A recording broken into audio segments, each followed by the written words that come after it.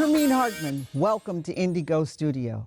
Today, Jonathan Eig is with us. He's a native New Yorker, but he now lives in Chicago. He's a graduate of Northwestern Medill School of Journalism. He's written for the top newspapers in the country: Dallas Morning News, Chicago Tribune, Chicago Magazine, New York Times, Washington Post.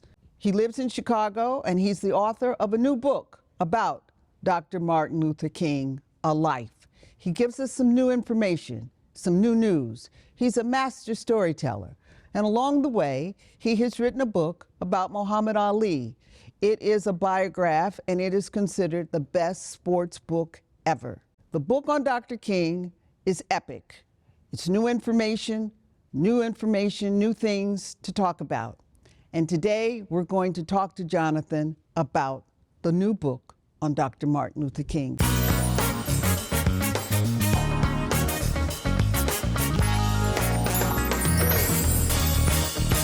Welcome, and thank you for being with us. Thank you, Hermine. So tell me how the book came about. What was your inspiration for a new book on Dr. King after 55 years of his death? Yeah, you know, I was interviewing a lot of people from my Muhammad Ali book who happened to also know Dr. King, people like Dick Gregory and Harry Belafonte and Andrew Young and Reverend Jackson here in Chicago. And as I was talking to them, I realized that there's a limited window of opportunity, really, to interview people who knew Martin Luther King really well, knew him personally, knew him intimately. Worked with him, traveled with him. Friends of his from childhood even were still around, schoolmates.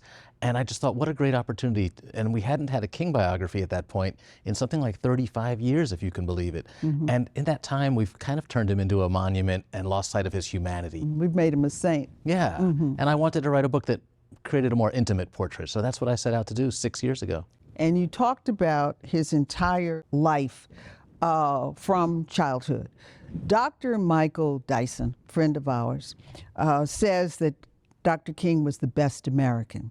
You say Dr. King is an American founding father. Explain that concept to me. I agree with Dr. Dyson that he may be the greatest American ever born to accomplish what he did without political power, without money. But I think we should also think of him as a founding father, because the Constitution is a living and breathing document. And when the Constitution was created, it was not accurate. It did not really provide equality for all. It did not provide freedom for all.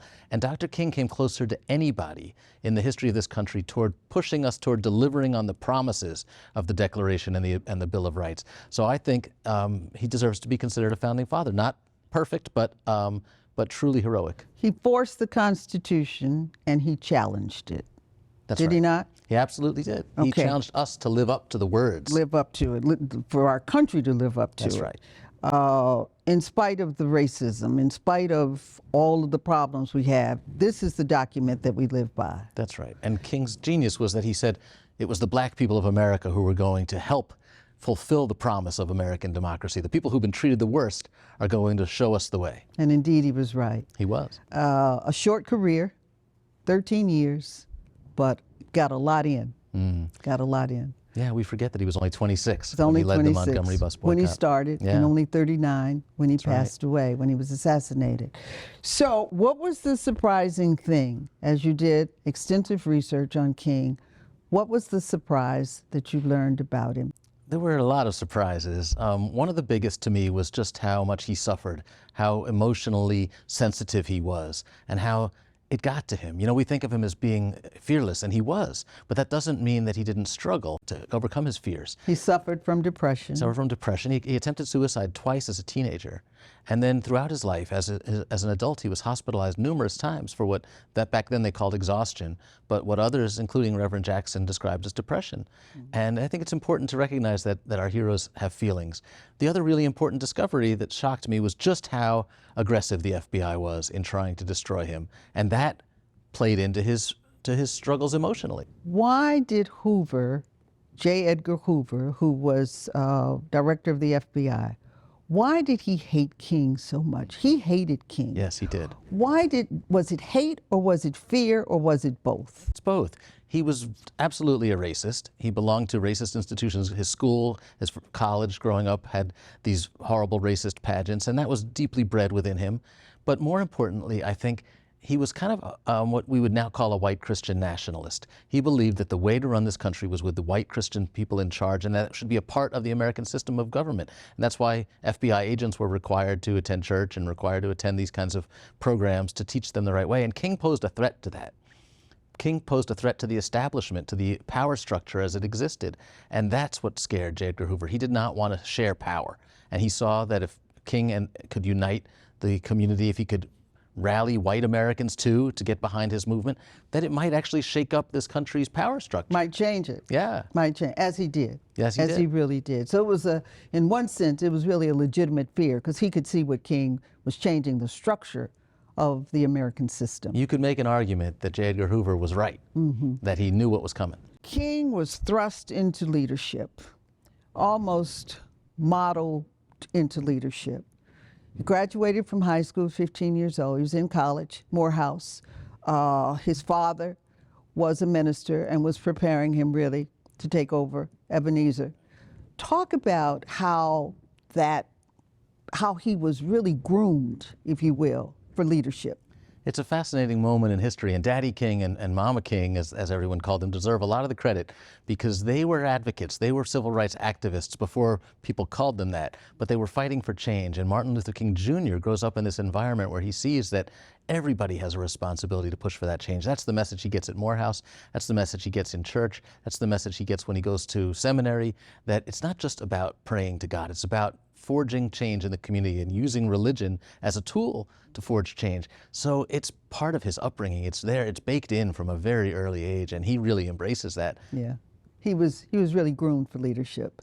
However, he didn't want to be at his father's church. So he goes to another church, to a new church, fresh start for him. Talk about that. His father did not want him to go to Dexter Avenue Baptist Church in Montgomery. He said it was too hoity-toity. And, Daddy King was a working man, grew up on a farm, and he didn't think that a silk stocking church was right for his son. But Martin Luther King Jr. Often stood up to his father and did his own thing. And he just happened to find himself in the perfect place at the perfect time.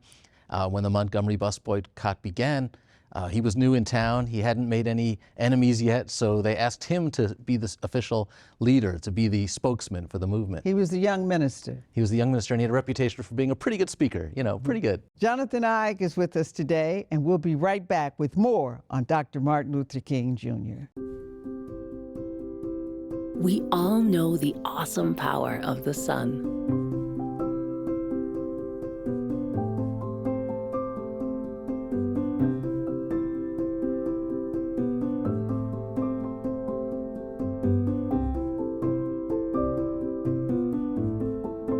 See how your solar options could help fill your life with clean energy at ComEd.com/clean energy. In comes Company, the hilarious Tony Award-winning Broadway musical about life, love, and good company. Critics give it 5 stars, saying yes, it's really that good. October 31st through November 12th. Tickets at BroadwayInChicago.com. Lewis is back. A Wonderful World, the new Broadway-bound musical about the life and loves of Louis Armstrong, premieres in Chicago October 12th through 29th.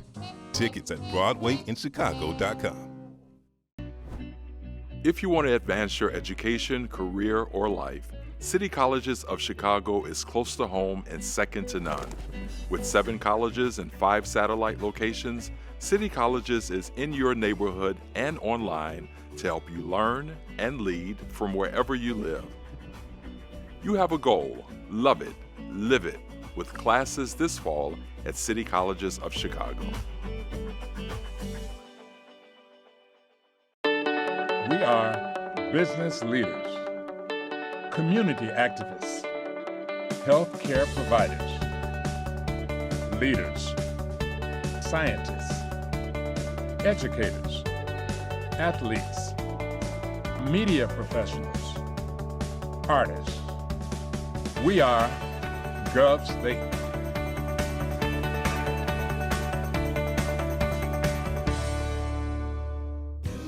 Closed captioning is sponsored by Governors State University.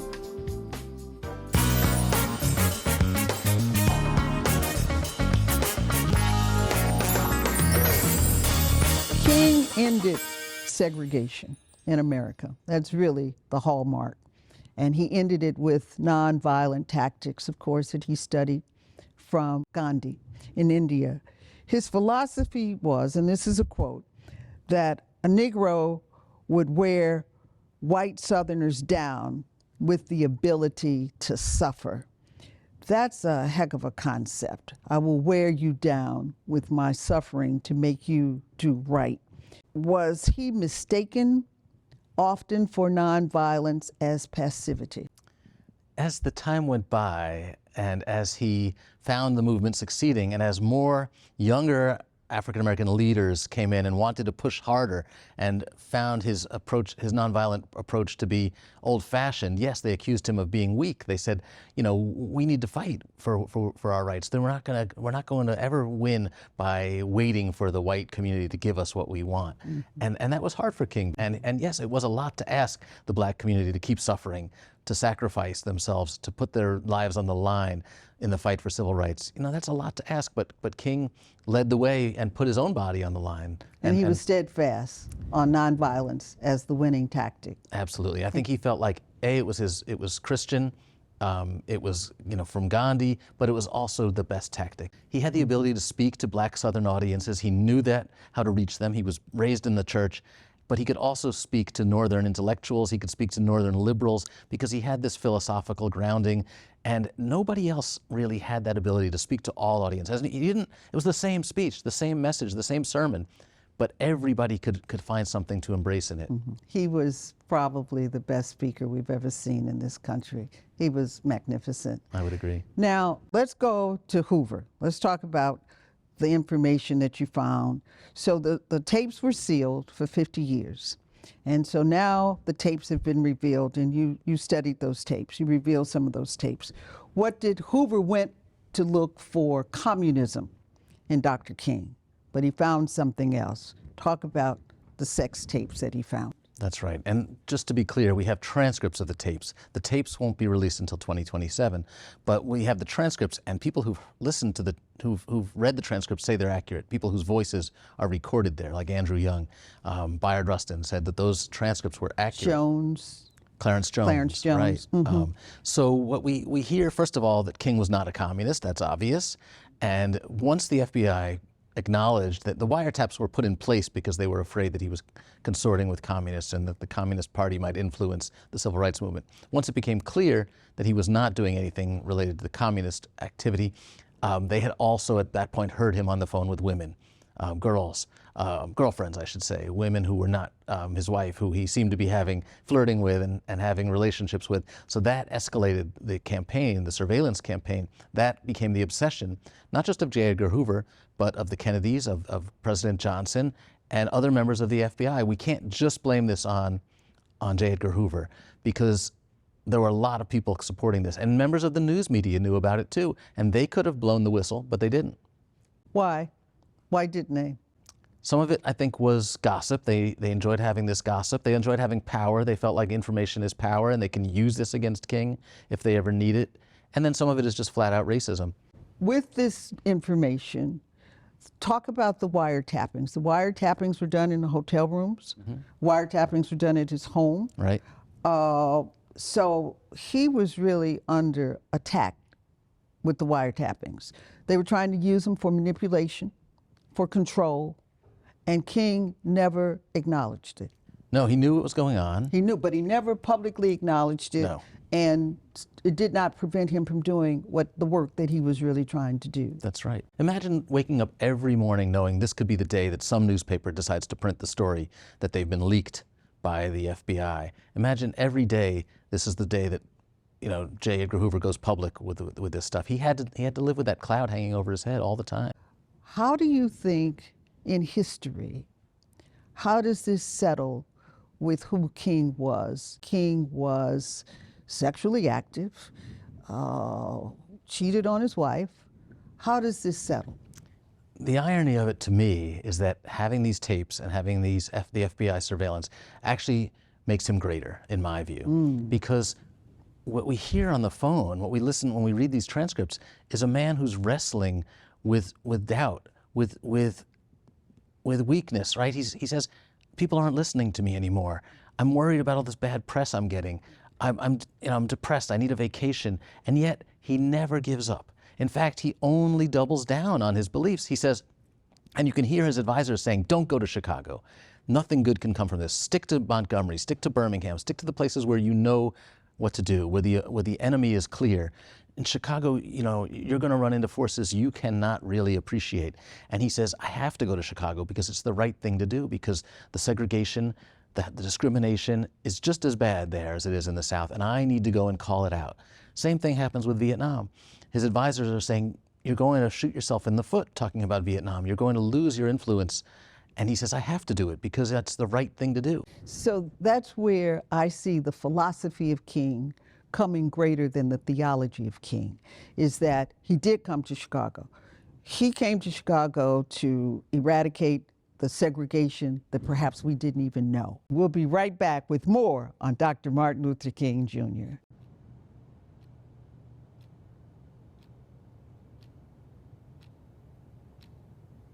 That's the sound of the ComEd Energy Efficiency Program, saving you up to $500 on your energy bills, with rebates and discounts on energy-efficient products. So you can enjoy coming back to a home full of savings. Visit ComEd.com/home savings. In comes Company, the hilarious Tony Award-winning Broadway musical about life, love, and good company. Critics give it 5 stars, saying yes, it's really that good. October 31st through November 12th. Tickets at BroadwayInChicago.com. Lewis is Back. A Wonderful World, the new Broadway-bound musical about the life and loves of Louis Armstrong, premieres in Chicago October 12th through 29th. Tickets at BroadwayInChicago.com. If you want to advance your education, career, or life, City Colleges of Chicago is close to home and second to none. With 7 colleges and 5 satellite locations, City Colleges is in your neighborhood and online to help you learn and lead from wherever you live. You have a goal. Love it. Live it. With classes this fall at City Colleges of Chicago.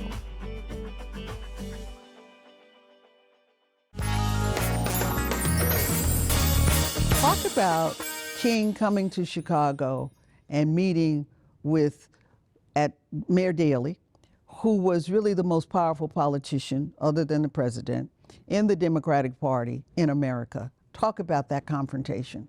It's an incredible moment in American history and Chicago history too, because it was a moment of opportunity where King comes dealing fair and square with the mayor and says, I'm coming, here's what I'm doing, here are the things that I hope to accomplish here. I want to put an end to segregated housing, I want to put an end to slum conditions in these neighborhoods, I want to see the schools integrated, and here's how we're going to do it. And here's a concrete set of policies that will change the city of Chicago and could have changed cities all over the country. And King gets, of course, snubbed, increases the protest, increases the pressure, and is treated miserably here. You know, he's hit in the head with a brick. He marches through Marquette Park and Gage Park and has these Nazi protesters and young white kids, you know, holding up signs that are as vile as anything he's ever seen in the Deep South. And yet he continues, and he presents Chicago one more time with an opportunity to make reforms. And the mayor says, yes, we're going to do this. And then as soon as King leaves town, he ignores all of those things. He considered the Marquette Park march the worst that he'd ever seen. During these marches, King and other demonstrators were struck by bricks and bottles. I've been in many demonstrations all across the South, but I can say that I have never seen, even in Mississippi and Alabama, mobs as hostile and as hate-filled as I've seen here in Chicago. That's right. Andy Young's car was burned up at the Marquette Park, but we got a light out of that. We got Father Michael Flager. He was in that. That's right. He was there, and he came from that. Those were some turbulent years in Chicago. There were 6 black aldermen, who said, King, go home. Daley had a firm grip on the churches, black churches in Chicago. He told the ministers not to let King in. There were only a few that did. Clay Evans of Fellowship would allow King in the pulpit. So Daley was really trying to cut King's legs off. It's like, stop it. King moved into the West Side, right, on Hamlin, to showcase the slum landlord living in Chicago. What came out of King? Because if you look at it, and this is what Jesse Jackson says, if you look at it short term, King lost. If you look at it long term, King won. I say that was the beginning of Harold Washington's election. That was when independent politics really came forth in Chicago, and you saw the northern change. It was King in the South, right to vote in the North. Yes, we had it, therefore we thought it's okay, but King came to highlight, no, it's not. You're not living the full life. That's right. I agree with you, and I think that a lot of people said, a lot of people who I interviewed for the book said to me, you know, King really didn't understand these factors in Chicago. He didn't understand that not all the black churches were going to get behind him. He didn't understand that a lot of black people owed their jobs to the mayor and to the patronage system, and they weren't going to come out in March. So in many ways, they were right, and that King learned a valuable lesson from that. And I think in the aftermath, what people like Reverend Jackson, what people like all the political leaders, Andrew Young, mm-hmm. and Harold Washington learned is that we're going to have to take to the ballot box. We're going to have to get our leaders elected here, because we're not going to be able to force the kind of pressure that King forced in the South. Mm-hmm. That's not going to work here. And you see in the aftermath of King's death, all over the country, especially in northern cities, black mayors starting to get elected, black councilmen starting to get elected, because the battleground mm-hmm. changes mm-hmm. to the ballot mm-hmm. box. So King believed that if we assumed black political power, that the change that we needed would come. You agree with that, disagree with it? I do agree with that. I think that was King's vision, and King was right, and we saw that bear out in the 70s as more as elections became a new lever of power. Do you think that as Hoover was harassing King, that maybe some of the reports that Hoover received from the FBI agents, might they have been exaggerated just to calm Hoover down? That's absolutely a possibility. So we can hear, or we can read the transcripts of his conversations with women. We know he was flirting with these women, and I believe those transcripts are accurate. But anything in a memo that's not a transcript, we have to judge with some skepticism. We have to remember that all of these FBI agents were trying to please the boss, and that they would write things that they thought would get the boss off their back. One of the things that fascinates me about King is his fundraising. There were no grants, there were no foundations, but he kept going. Talk about Birmingham. What happened in Birmingham? Because that's where some change to America came as they marched across the Pettus Bridge. Yeah, you could argue that that's King's most significant movement, that's the moment where he really changes America, because it leads to the passage of such significant legislation. But again, we talked about King as this parachute artist that he's dropped.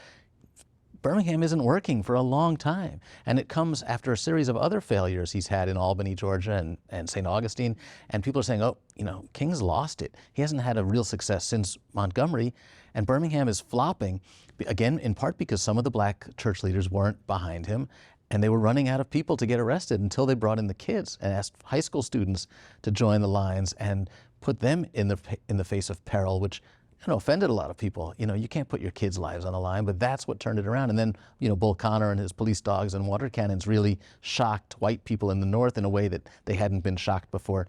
So again, it's King improvising and being willing to take those chances that makes Birmingham such a success. That's the genius of his leadership, is he could improvise. And it was situational analysis. What do we do now? Not necessarily a plan, but situational analysis. Let's accommodate what we see. Bringing the kids in, that was a Jim Bevel initiative, is to bring the kids in, lock them up in jail. We will fill the jail cells until you can't fill them anymore. It took King 3 attempts to cross the bridge. It wasn't, let's march today. It was also, let's go get the nuns, let's go get the priests, join us in the march, and people from all over America came to the march. That was very significant. One of the things that's most impressive about King is how he used the media. He used the media as a tool. The the press in the South was not necessarily covering King, but the New York Times was. CBS came. Talk about Coretta Scott King. They wiretapped her too. That's right. And you had opportunity to listen to some of those tapes. What was revealed to you? Well, one of the reasons I really wanted to write this book is to give Coretta her due. She's often just treated as the woman behind the throne, you know, the power behind the throne, but she's much more than that. She was a true activist in her own right. In fact, I think that's why King fell in love with her, was because when they met, she had more experience as an activist than he did. She'd been to Antioch College, she'd been involved in protests on campus, she'd been to the Progressive Party National Convention. She was a serious force to be reckoned with, and King really respected that. At the same time, it was complicated. King did not respect women in general as leaders, potential leaders of the movement. Last question. What do you think is Dr. King's greatest speech? Wow. There's so many, obviously. I know. And the speech that I think that sums up his life is actually the Beyond Vietnam speech at Riverside Church. Riverside. And he didn't write that one, and it's not a sermon. He had a team helping him to write it, but it sums up his philosophy, and it's saying that I cannot be true to my Christian beliefs if I'm going to pick and choose the things that I fight for. I have to fight for all of the things that I believe in. And he's giving people the courage to say, you know, stand up for your true beliefs. You don't have to be a politician. You don't have to do the practical political thing. You can fight for what you truly believe. And that's a message that I think, you know, really gives me goosebumps. Really, if you really want to know the King philosophy, it is the Riverside speech that you must listen to. I think one of the critical things to know, to remember, to recall as we assess Dr. King is the changes that he brought about was private citizen Martin Luther King, not elected Martin Luther King. Yeah, and it's so much more extraordinary to think about how much he accomplished without political power, without money, without weapons, you know, with peace and love and the Bible and with boots on the ground. It's extraordinary. One man can make a difference. Absolutely. Thank you. Thank you for being with us. Thank you for a great interview. And you should read about Dr. King in a masterful storytelling way in Jonathan's book. Thanks for being with us today. I'm tired of marching. Tired of marching for something that should have been mine at birth. I don't mind saying to you tonight. I don't mind saying to you tonight that I'm tired of the tension surrounding our day. I don't mind saying to you tonight that I'm tired of living every day under the threat of death. I have no martyr complex. I want to live as long as anybody in this building tonight. And sometimes I begin to doubt whether I'm going to make it through. I must confess I'm tired.